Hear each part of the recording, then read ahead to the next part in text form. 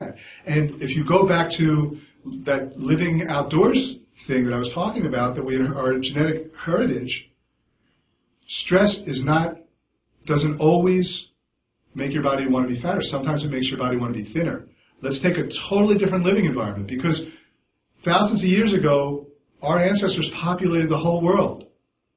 And there's lots of different living environments. There's deserts, there's oases, there's tropical paradises, there's Arctic wastelands. We inhabited all of them. And part of the reason why we're able to do that is because our bodies could gauge the right amount of fat that we should have for any living environment. So if you take another living environment, like a tropical paradise that's warm, imagine you're living in a tropical paradise. Now, if you're living in a tropical paradise, first of all, it's warm all the time, so you don't need fat as insulation. So you're not having that stress. So you're not activating the fat programs because of that. And there's food everywhere. Anytime you're hungry, there's a banana, there's a mango, there's nuts, there's a game, fish, birds, all kinds of things you can always eat. You never, ever, ever have to miss a meal, ever. So that stress is gone. So your fat programs are not on. And your body's not saying we don't need extra fat. Your body's not saying we need extra fat. It doesn't need extra fat. And it doesn't have to conserve. So if you're living in that environment, you don't need fat. Let's take it a step further, though. Let's imagine in that living environment that not only is there an abundance of healthy, nutritious food and water and warmth, let's imagine that there's wild predators roaming the jungle. Well, this is what we lived with, right? And if you were not fast, I mean really fast, you're dead, right?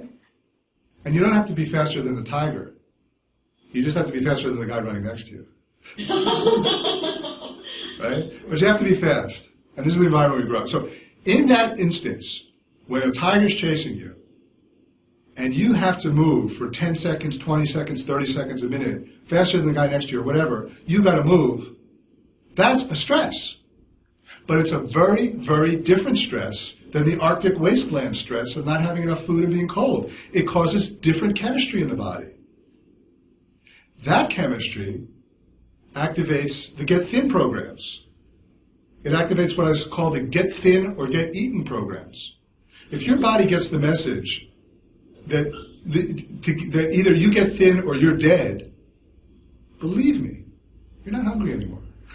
Your body knows how to lose weight. It does. It's that simple. Your body knows how to lose weight. I've lived through this. When your body wants to be thin, your metabolism speeds up. You're just not hungry. And if you are hungry, it's for really healthy foods.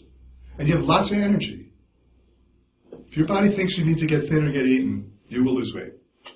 So, in that instance, your body's going to say, not only do we not need fat because food is always abundant and it's warm, but if we have even an extra ounce of fat, we're dead.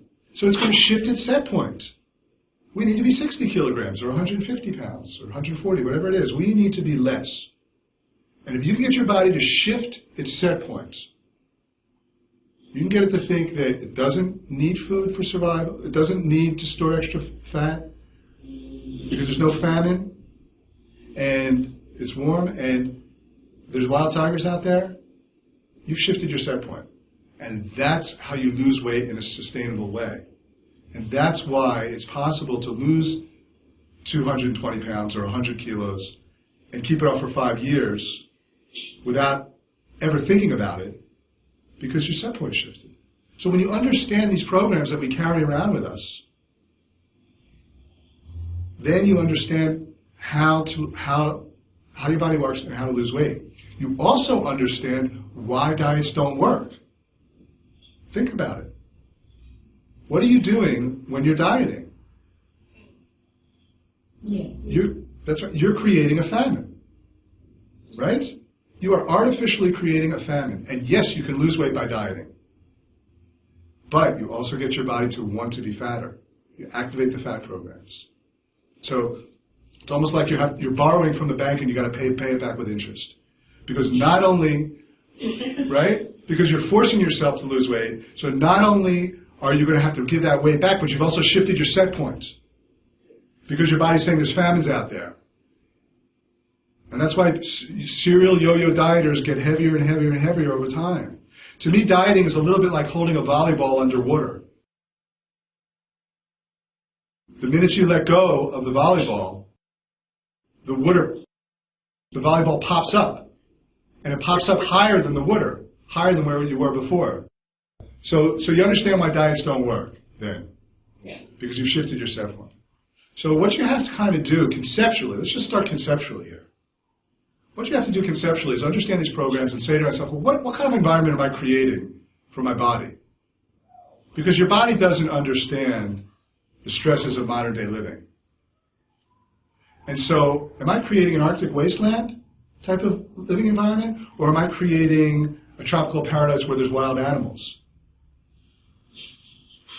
And what's interesting is, and this is something that's always baffled the scientists that study this, is why is it that stress, the same stress, can make one person morbidly obese and another person anorexic?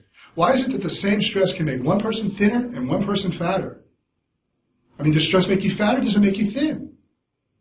The answer is, it depends on the way your body's interpreting the stress and the type of chemistry that it's causing.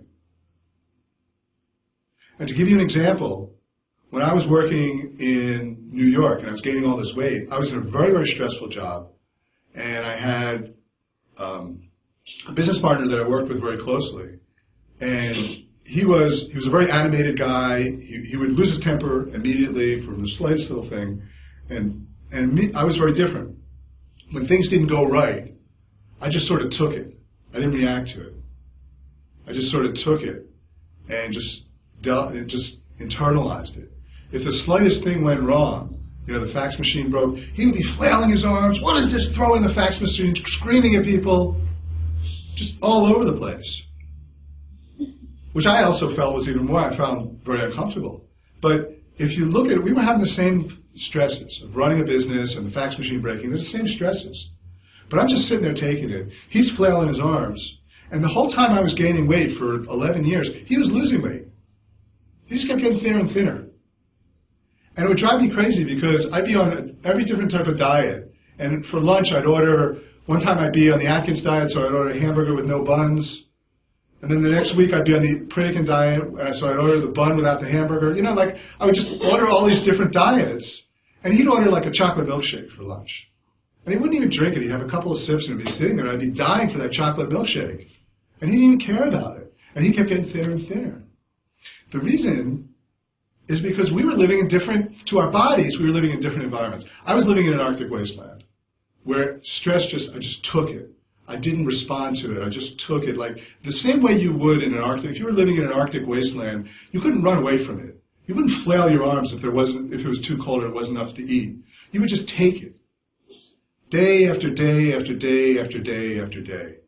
And that's a type of stress that causes a specific type of chemistry. He, on the other hand, was living in the African savannah with wild animals chasing him every 30 seconds. Because every time the fax machine worked, he'd flail his arms and be all over the place. And his body got the message that he needed to be thin because there were predators out there. Mine, that I was in an Arctic wasteland. So the same stress will make one person fat and another person thin. So you have to ask yourself, what are the stresses that I'm experiencing? And how is my body interpreting those stresses? Is it interpreting it in a way that somehow fat's making you feel safer? Or in a way that's making you feel like fat is something you gotta run away? You need as little fat as possible.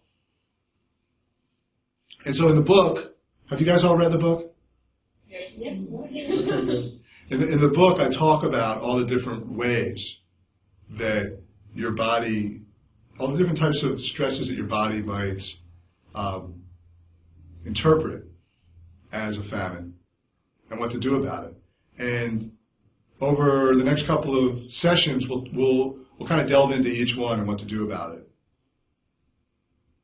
But for now, you just want to ask yourself, what are the stresses in my life, whether physical, mental, or emotional? And how's my body interpreting them?